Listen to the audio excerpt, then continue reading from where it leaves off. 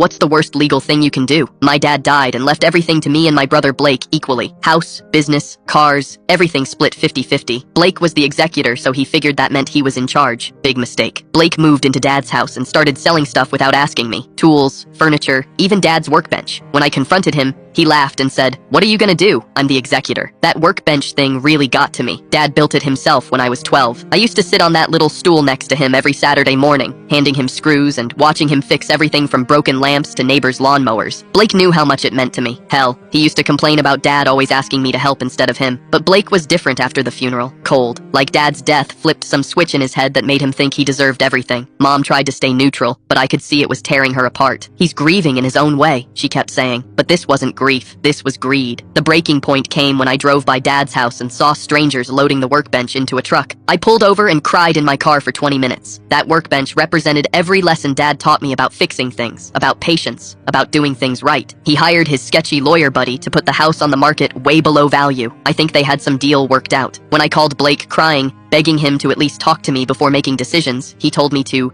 grow up and stop being so emotional. That's when something broke inside me. This wasn't just about money anymore. This was about Dad's memory, about family, about my brother treating me like I didn't matter. I spent 2 days barely eating, just sitting in my apartment staring at old photos of me and Dad in his workshop. That's when I got my own lawyer. Vanessa